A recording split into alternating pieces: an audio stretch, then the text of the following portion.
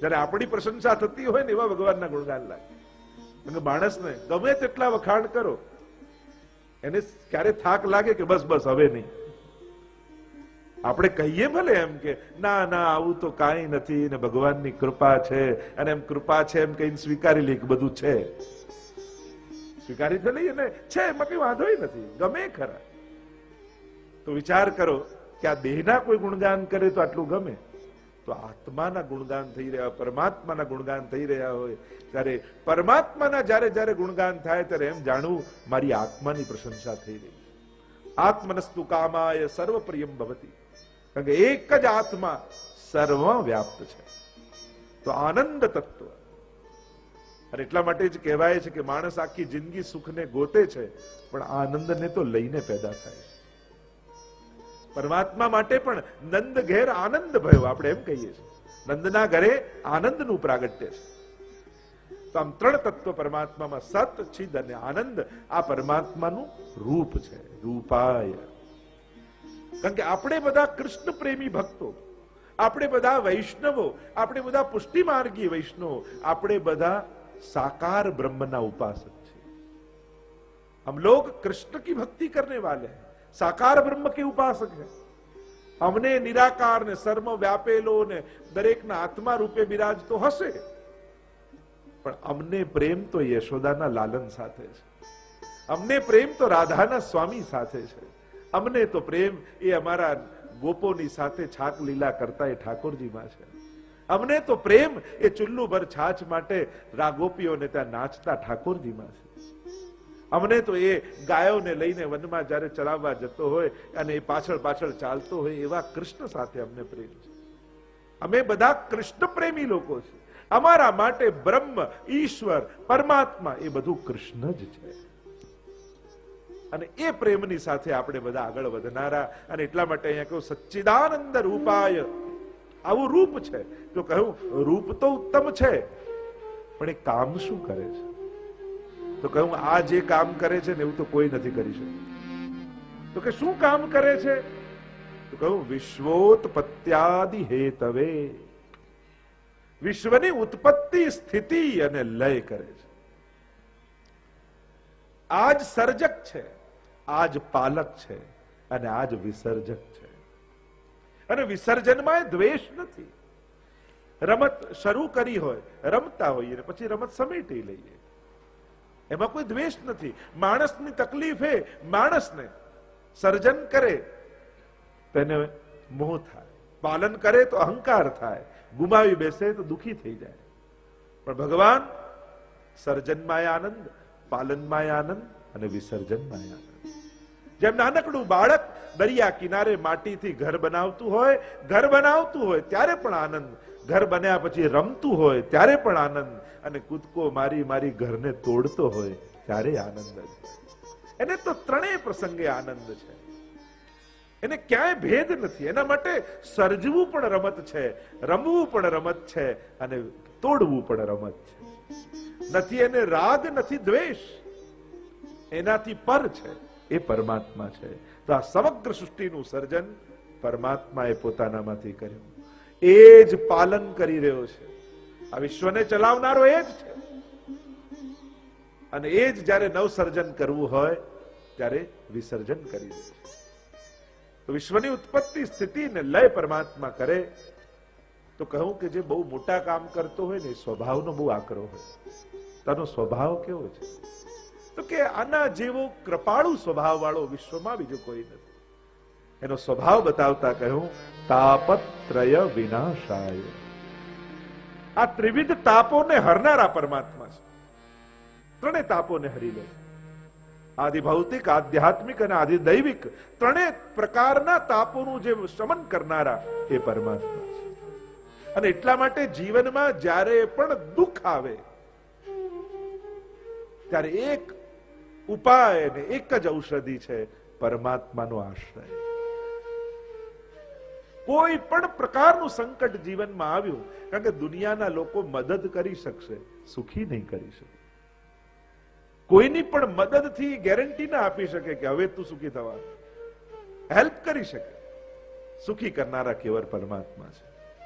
અને એટલા માટે પ્રણત ક્લેશ નાશાય ગોવિંદાય નમો નમઃ. એટલે જ કહ્યું પર ક્લેશના નાશક પરમાત્મા છે. અને આ જ અમોઘ ઔષધિ છે કે જ્યારે પણ પરમાત્માની શરણે તમે જાઓ ત્યારે બે હાથ જોડીને એ જ વિનંતી કરો કે પ્રભુ હું આપનો છું, આપના શરણે છું, અસમર્થ છું, પણ આપ સર્વ સમર્થ છો. પ્રભુ સર્વ સમર્થો હિ તતો નિશ્ચિત તતામ રજે. ત્રણેય તાપોને હરી લેનારા પરમાત્મા આદિ ભૌતિક, આધ્યાત્મિક અને આદિ દૈવિક. સાધારણ શબ્દોમાં એમ કહેવામાં આવ્યું કે આદિ, વ્યાધિ ને ઉપાધિ ત્રણેયને દૂર કરનારા પરમાત્મા. અને આ ત્રણેય વસ્તુ દરેકના જીવનમાં લાગેલી છે જ. આ નહીં આવે એવું નથી, આ તો ચાલતું જ રહેવાનું. દરેકના જીવનમાં કોઈક દિવસ સારો જાય, કોઈ દિવસ કંઈક વિપરીત જાય, પણ જેનો ભરોસો દ્રઢ હોય ને એને ભગવાન બધેથી ઉગારી દે. તો એ ભગવાન કોણ જે બધું ઉગારનારો છે, બચાવનારો છે? તો અહીંયા એ જ કહ્યું તાપત્રય વિનાશાય શ્રી કૃષ્ણાય વયમ નમઃ. એવા શ્રી કૃષ્ણને અમે નમન કરીએ છીએ, અમે સ્તુતિ કરીએ છીએ. નમ ધાતુ સ્તુત્યર્થ છે, સ્તુતિના અર્થમાં છે, અથવા એક અર્થ નમનના અર્થમાં પણ કર્યો. અમે નમન કરીએ છીએ. પ્રણામ દ્વારા જ વિકટતા અને સંકટોમાંથી મુક્ત થઈ શકાય છે. અને બહુ સહજ છે વંદન ભક્તિ. નવદા ભક્તિમાંની એક ભક્તિ છે વંદન ભક્તિ. શ્રવણમ કીર્તનમ વિષ્ણોઃ સ્મરણમ પાદ સેવનમ અર્ચનમ વંદનમ દાસ્યમ સખ્યમ આત્મનિવેદન.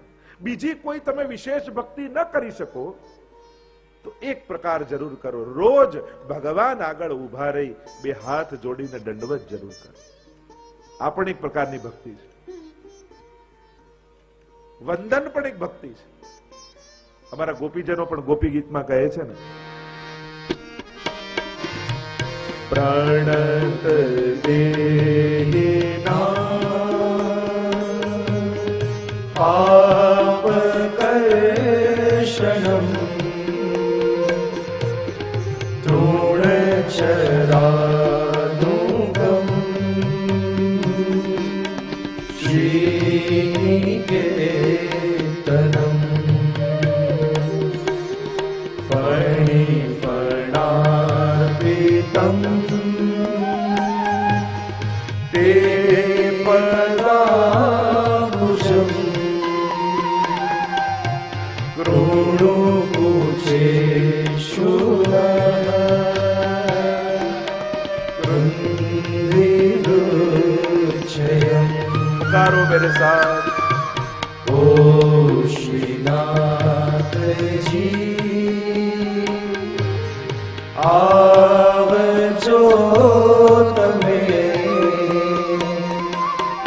वाट जोई રહ્યા ત્યારના અમે. ગોપિयां प्रभु से विनती करते हुए बोली, प्रणत देहि नाम पाप कर्षणम. आपको जो प्रणत होता है उसके पापों का आप कर्षण कर लेते हैं. એટલે કે પાપમાંથી મુક્ત થવાનો પણ એકમાત્ર ઉપાય છે પ્રભુને કરેલા આપણા વંદન. કદાચ મોટા મોટા યજ્ઞ યાગાદી તમે ન કરી શકો પાપ મુક્તિ માટે, કોઈ મોટા દાન ન આપી શકો, કોઈ મોટા મંત્ર જાપ ન કરી શકો, તો ભાગવતજી આપણને સીધો સાદો ઉપાય બતાવે છે. રોજ પ્રભુને દંડવત જરૂર કરો. આ પણ એક બહુ મોટો ઉપાય છે પાપમાંથી મુક્ત થવા. પ્રણત દેહિનામ પાપ કર્ષણમ તૃણચરાનુગમ શ્રીનિકેતનમ. લક્ષ્મીજીના નિવાસ રૂપ ઠાકોરજીના ચરણારવિંદ. લક્ષ્મીજીનો નિવાસ પ્રભુના ચરણમાં છે. અને એટલા માટે રોજ પ્રભુના ચરણ સ્પર્શ જરૂર કરે. આ વંદન ભક્તિ એટલે કહ્યું શ્રી કૃષ્ણાય વયમ નુમઃ. અમે નમન કરીએ. અને નમન એને કહેવાય કે જ્યારે સંપૂર્ણ શરણાગતિ દ્વારા કરવામાં. એટલે તમે ભાગવતજીની દરેક સ્તુતિમાં જુઓ, તમે દરેક સ્તુતિમાં જોશો તો પ્રભુને બધાએ નમન કર્યા છે, વંદન કર્યા છે. અને વંદન જ આપણી સંસ્કૃતિ છે. આજે તકલીફ એ છે, ભારતની જ બધી સ્કૂલો તમે જોઈ લો, બધે શેક હેન્ડ કરતા શીખવાડે, પણ પ્રણામ કરતા ક્યાં શીખવાડે છે? અને ભાગવત ભારત ઓળખાય છે પ્રણામથી. આજે વિદેશીઓ આવશે ને તો તમને નમસ્કાર યા પ્રણામ કરીને તમારી જોડે સંબોધન કરશે, પણ ક્યાંય આપણા દેશમાં કોઈ સ્કૂલમાં પ્રણામ નથી શીખવાડતું. બીજા દરેક દેશોમાં મળવાનો જે પ્રકાર હોય કોઈ છોડતું નથી. અને આપણને એમ થયું કે ભગવાન હોય ને ગુરુ હોય એને જ પ્રણામ કરાય. ના, જે મળે એને આપણે હેલોની જગ્યાએ વંદન કરાય છે. કારણ કે આપણી સંસ્કૃતિ એ શીખવાડે છે દરેકની અંદર એ પરમાત્મા બિરાજમાન છે. અને આ એક મુદ્રા પણ છે. તમે આમ પ્રણામ કરીને ગુસ્સો કરીને બતાવો, મોટે મોટે બોલીને બતાવો, ફાવશે જ નહીં તમને. તમે આમ પ્રણામ કરીને દોડીને બતાવો, તમે બહુ દોડી નહીં શકો ફાસ્ટ. કોઈ પણ નેગેટિવ પ્રવૃત્તિ કરવી હોય આમ પ્રણામ કરીને કરવાની કોશિશ કરજો, થશે જ નહીં. એમ તો યોગ શાસ્ત્રમાં પણ એનું એક વિધાન છે કે જેમ સુષુમ્ના નાડી કઈ રીતે એની ચાલે, એનું પણ એક વિધાન કે પ્રણામથી એ ચાલે છે. પણ આ એક આખી પ્રક્રિયા છે જે આપણી વ્યવહારની સાથે આધ્યાત્મિક પ્રક્રિયા જોડાયેલી છે. અને એટલા માટે વૈષ્ણવને ત્યાં તો સંસ્કાર હોવા જ જોઈએ. ઘરે કોઈ પણ આવે જય શ્રી કૃષ્ણ કરવામાં આવે, બે હાથ જોડી, તારા હૃદયમાં બિરાજતા કૃષ્ણનો જય હો, એનો વિજય થાય.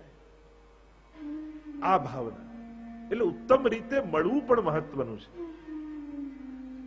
જ્યારે પણ ભાગવત સાંભળ્યા પછી હવે જ્યારે કોઈને પણ મળો તો બે હાથ જોડીને જય શ્રી કૃષ્ણ કરે.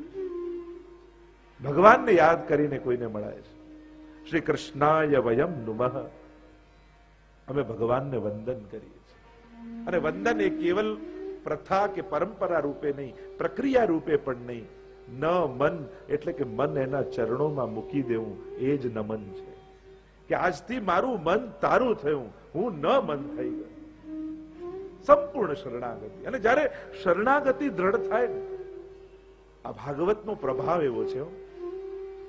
મેં તો ભાગવત કરતા કરતા જીવનમાં અનુભવ્યું છે કે જ્યારે તમે ભાગવતનો આશ્રય કરવા લાગો છો ત્યારે 4 વસ્તુ આપણા જીવનમાંથી જતી રહેતી હોય ને એમ લાગે. એમ તો મને મારા વ્યક્તિગત અનુભવથી એમ લાગે કે આ 4 વસ્તુ મારા જીવનમાંથી જતી રહી છે, એમ મને ફીલ થાય છે.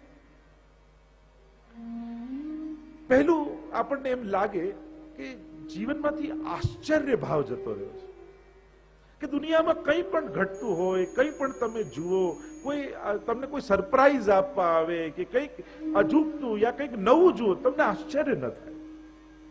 ખરેખર મને આશ્ચર્ય નથી થતું. ઘણા લોકો સરપ્રાઈઝ આપવા આવે ને તો મારે એની આગળ નાટક કરવું પડે કે હું એકદમ સરપ્રાઈઝ થઈ ગયો, પણ ખરેખર અંદરથી નથી થતું મને. કારણ કે એનું મન રાખવા આપણે એમ કહીએ કે હા ભાઈ તમે આવ્યા, અમે તો ધાર્યું નતું અને એકદમ આમ થયું, પણ અંદરથી નથી થતું, આશ્ચર્ય નથી થતું. બીજું, આકર્ષણ નથી થતું. ક્યાંય કોઈ વસ્તુમાં આકર્ષણ ન રહે. આમ સંભાવ લાગે કે બધું જ સારું છે. આકર્ષણ એટલે નીરસતા ન થઈ જાય, એની પાસે ધૃણાય ભાવ નહીં, એનો હીન ભાવે નહીં. એ બધી જુદી વસ્તુઓ છે. પછી નેગેટિવ પ્રવૃત્તિઓ થઈ જાય. પણ કોઈનું આકર્ષણ ન રહે, એમ લાગે કે બધે ભગવાન છે, બધું જ છે, બધાનો સ્વીકાર છે. ત્રીજું, આકાંક્ષાઓ જતી રહે. આમ પહોંચી જઈએ, આમ કરી લઈએ, ફલાણું પામી જઈએ, કોઈ પ્રકારની આકાંક્ષાઓ પણ નથી રહેતી. એમ થાય છે કે ઠાકોરજી કેટલું કરી આપ્યું છે, આપ્યું એનો આભાર મનમાં રહે, પણ નથી મળ્યું એની ફરિયાદ ક્યારે ના આવે. અરે નથી મળ્યું એનો વિચારે ના આવે. આપણે લાયક હતા એના કરતા પ્રભુ વધારે આપી રહ્યા છે, સતત એવો જ અહેસાસ મનમાં જાગૃત રહે. આ ભાગવતનો પ્રભાવ છે. અને ચોથું, આસક્તિઓ જતી રહે છે ધીમે ધીમે. સમાન ભાવ ને સમાન પ્રેમ રહે, પણ આનામાં વધારે, આનામાં ઓછો, આનામાં થોડું, પેલામાં વધારે, આવો ભેદભાવ ધીમે ધીમે ખતમ થઈ જાય છે. આ ભાગવતનો પ્રભાવ છે. ભાગવતના શ્લોકોનું ગાન કરતા કરતા, એનું ચિંતન કરતા કરતા આ 4 વૃત્તિઓ સમાપ્ત થતી હોય એવું આપણને અહેસાસ થાય. અને ત્યારે એમ લાગે કે આપણે પ્રણત થઈ રહ્યા છીએ, આપણે નમન કરી રહ્યા છીએ ઠાકોરજીને. ત્યારે નમન કર્યું કહેવાય કે હા, હવે સાચા અર્થમાં રોજ શરીર ઝૂકતું હતું, આજે મારો આત્મા ભગવાનને ઝૂક્યો છે, આજે મારો આત્મા ભગવાનનો થયો છે. અને એનો એક આનંદ, એનો એક અહેસાસ સતત અનુભવાયા કરે આપણને. આ ભાગવતનો પ્રભાવ છે. આપણે માની જેમ પરીક્ષિત મહારાજનો મોક્ષ થયો, તો મોક્ષ તો બહુ સાધારણ ઘટના છે. પરીક્ષિત મહારાજ તો મર્યા પહેલા જ તરી ગયા. મરવું તો શ્રાપ હતો, એટલે મૃત્યુ નિશ્ચિત હતું. મરવું પડે એમ હતું, કારણ કે મુનિનો શ્રાપ હતો. પણ પરીક્ષિત મહારાજ ભાગવતજીના પ્રભાવથી મૃત્યુ પહેલા જ તરી ગયા. એટલે આપણે મરીને નથી જવું, આપણે તરીને જવું છે. ભાગવતજી એ જ શીખવાડે છે, મરીને દુનિયા નથી છોડવી, આપણે તો જીવીને જવું છે. જીવનનો ઓડકાર લઈને જવું છે, જીવનની તૃપ્તિનો અહેસાસ કરીને જવું છે કે હા જીવ્યા. એનો આનંદ કે ભગવાને એક અવસર આપ્યો, માણસ બનાવીને, વૈષ્ણવ કુળમાં જન્મ આપીને, ભગવાનની ભક્તિ કરાવીને ઠાકોરજી ઘરે બિરાજતા હોય એવા કુળમાં જન્મ મળ્યો છે, અને એનો આનંદ માણીને અમે જઈ રહ્યા છીએ. બસ આવો આનંદનો અવસર જીવન લાગે તો માનજો કે તમે જીવન જીવ્યા. બાકી તો જીવે છે તો બધાય, પણ મરીને લોકો દુનિયા છોડે. આમ નમન કર્યા છે. શ્રી કૃષ્ણાય વયમ નમઃ. અર્જુને ગીતાજીમાં એ જ કર્યું ને. ગીતાજી તમે જુઓ તો ગીતાજી આખી સંભળાવી ભગવાને અર્જુનને, અને બધા જ વિષયોને સ્પર્શ્યા ભગવાને. પણ શું ભગવાન યોગ કહે છે તો ભગવાન એમ ઈચ્છે છે કે અર્જુન યોગ કરવા લાગી જાય હમણાં? ભગવાન ધ્યાન કહે છે ગીતાજીમાં તો શું ભગવાન એવું ઈચ્છી રહ્યા છે કે હમણાં ધ્યાનમાં બેસી જાય? ભગવાન ઈચ્છે છે શું અર્જુન સાથે? બસ એ જ ગીતાજીનું ફળ. શું કરાવા? એ યોગ, સાંખ્ય, ધ્યાન, યજ્ઞ બધાની વાત કરે છે. પણ શું ભગવાન એવું ઈચ્છે છે ખરા કે હમણાં યજ્ઞ કરવા બેસી જાય? ભગવાન શું ઈચ્છે છે? યુદ્ધાય કૃત નિશ્ચય. તું તારું સ્વકર્તવ્યમાં લાગી જા. એ જ મારા વચનનું સાર્થકતા છે, એ જ ફળ છે. અને છેલ્લે અર્જુને એ જ કહ્યું, નષ્ટો મોહ સ્મૃતિર્લબ્ધા તત્પ્રસાદાન મયાચ્યુત સ્થિતોસ્મિ ગત સંદેહ કરીશ્યે વચનમ તવ. હવે આપ જેમ કહેશો એમ કરીશ. આ જ શરણાગતિ. શરણાગતિ એટલે શું? અત્યારે આપણા મન પ્રમાણે આપણે જીવીએ છીએ. ભગવાનના થઈ ગયા એટલે હવે ભગવાન જેમ ચલાવશે એમ ચાલીશું. હવે આપ જેમ પ્રેરણા કરશો એમ જીવનમાં આગળ વધીશ. આનું નામ શરણાગતિ. अब सौंप दिया इस जीवन का सब भार तुम्हारे हाथों में. अब सौंप दिया इस जीवन का सब भार तुम्हारे हाथों में. है जीत तुम्हारे हाथों में, है जीत तुम्हारे हाथों में, और हार तुम्हारे हाथों में. अब सौंप दिया इस जीवन का सब भार तुम्हारे हाथों. હે પ્રભુ, કરીશ્યે વચનમ તવ. હવે આપ જેમ કહેશો એમ કરીશ. મારી બુદ્ધિ મૂકી દઉં છું બાજુમાં. હવે આપ ચલાવો, આપ આજ્ઞા કરો. હવે મને મારા જીવનની સાર્થકતા સમજાઈ ગઈ. હું લડીશ તો પાપ અને પુણ્યના ચક્કરમાં પડી જઈશ. આપની આજ્ઞા પાડીશ તો પાપ અને પુણ્યની ઉપર ઉઠી જઈશ.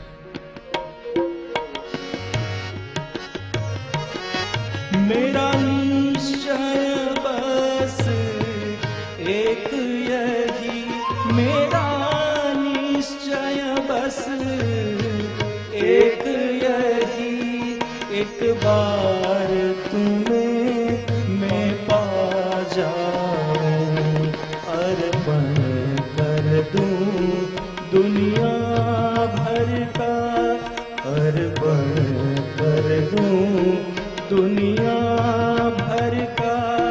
सब प्यार तुम्हारे हाथों में.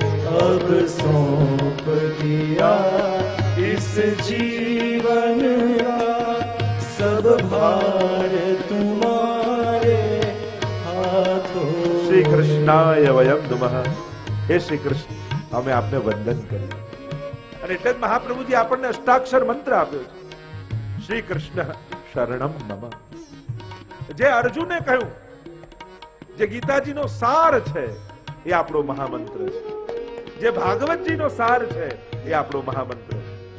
અને અંતિમ મંત્ર એ જ હું આપના શરણમાં છું. શરણાએ સોહિતારે જે જન શરણાએ સોહિતારે. શરણાગત છે એનું તારવાનો સંકલ્પ છે.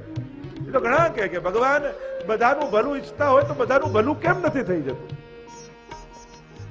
એક ભાઈ વાળ કપાવવા ગયા અને નાઈને ત્યાં વાળ કપાવતા હતા ત્યારે બહુ વિદ્વાન એ વ્યક્તિ, એટલે નાઈએ પૂછ્યું કે તમે ભગવાનની બધી વાતો કરો છો અને ભગવાન જો બધાને સુખી કરવા ઈચ્છતા હોય તો બધા સુખી કેમ નથી થઈ જતા, બધા અડધા દુખી કેમ લાગે છે? જયારે આવો પ્રશ્ન કર્યો ત્યારે ચિંતનમાં પડે. ચાલ મારી જોડે. બહાર લઈ ગયા અને બધા રસ્તા ઉપર આવતા જતા હતા, રોડ ક્રોસ કરતા હતા. અને ત્યારે પેલા વિદ્વાને પૂછ્યું કે તું શું કામ કરે છે? કે હું દાઢી કરું, વાળ કાપું. અચ્છા, તો પછી જો આપેલો વ્યક્તિ દાઢી વાળો ગયો એની કેમ નથી કાપી, પેલાના વાળ વધારે છે એના કેમ નથી કાપ્યા? ત્યારે પેલો નાઈ કે બધાની જવાબદારી મારી પાસે શું થોડી છે, જે મારી પાસે આવે એનું કાપી આપું. એમ પેલા વિદ્વાને કહ્યું બધાય ફરે છે પણ બધાની જવાબદારી થોડી મારી છે, જે મારા શરણે આવે એને તારી દઉં છું. મામે વયે પ્રપદ્યન્તે માયા મેતામ તરંતિ તે અનન્યા ચિંતયંતો મામ યે જનઃ પર્યુપાસતે તેષામ નિત્યાભિયુક્તાનામ યોગક્ષેમં વહામ્યહમ. એનો યોગ અને ક્ષેમ હું કર્યા. जो जग में रहूं तो ऐसे रहूं, जो जग में रहूं तो ऐसे रहूं, जो जल में कमल का फूल रहे, मेरे सब गुण दोष समर्पित हो, मेरे सब गुण दोष समर्पित हो, करतार तुम्हारे हाथों में अब सौंप दिया इस जीवन का, सब भार तुम्हारे हाथों में. श्री कृष्णाय वयम नुमः. ऐसे प्रभु को हम वंदन करते हैं. देखो, वंदन तो किए पर वंदन और शरणागति पहले नेत्रों से आकर्षण किया, કારણ કે આંખ રૂપને જુએ એટલે કહ્યું સચ્ચિદાનંદ રૂપાય, અને નેત્રોથી આકર્ષણ થયું. બુદ્ધિ સામર્થ્યને જુએ તો બુદ્ધિ એને શરણાગત થઈ જાય. એટલે કહું વિશ્વોત્પત્ત્યાદિ હેતવે. કેવું સામર્થ્ય છે કે વિશ્વની ઉત્પત્તિ, સ્થિતિ અને લય કરે છે. અને જ્યારે સામર્થ્ય જુએ ને ત્યારે બુદ્ધિ આપમેળે શરણાગત થઈ જાય. જો આપણા સંસારમાં, આપણા જીવનમાં આપણા કરતા સમર્થ કોઈને જોઈશું તો બુદ્ધિ એને શરણાગત થઈ જશે. પ્રભુનું સામર્થ્ય બતાવ્યું અને હૃદય લાગણીને જોઈને એનું થાય. એટલે હૃદય માટે ભાવ બતાવ્યો કે પ્રભુનો સ્વભાવ કેવો છે કે તાપત્રય વિનાશાય. એ એવા લાગણીશીલ, એવા કૃપાળુ ને દયાળુ છે, કોઈના દુઃખ જોઈ શકતા નથી. અને એટલા માટે તું શરણે જઈશ તો ભગવાન તારાય દુઃખ દૂર કરશે. એવા પ્રેમાળ પરમાત્મા છે. જય શ્રી કૃષ્ણ. પ્રિય ભક્તજનો, જે શ્રીના આ વચનામૃત તમને ગમ્યા હોય તો આ વિડીયોને લાઈક કરજો, શેર કરજો અને કમેન્ટ બોક્સમાં જય શ્રી કૃષ્ણ જરૂર લખજો. અને અમારી ચેનલ શ્રી વલ્લભ સત્સંગને સબસ્ક્રાઈબ કરવાનું ભૂલશો નહીં. જય શ્રી કૃષ્ણ.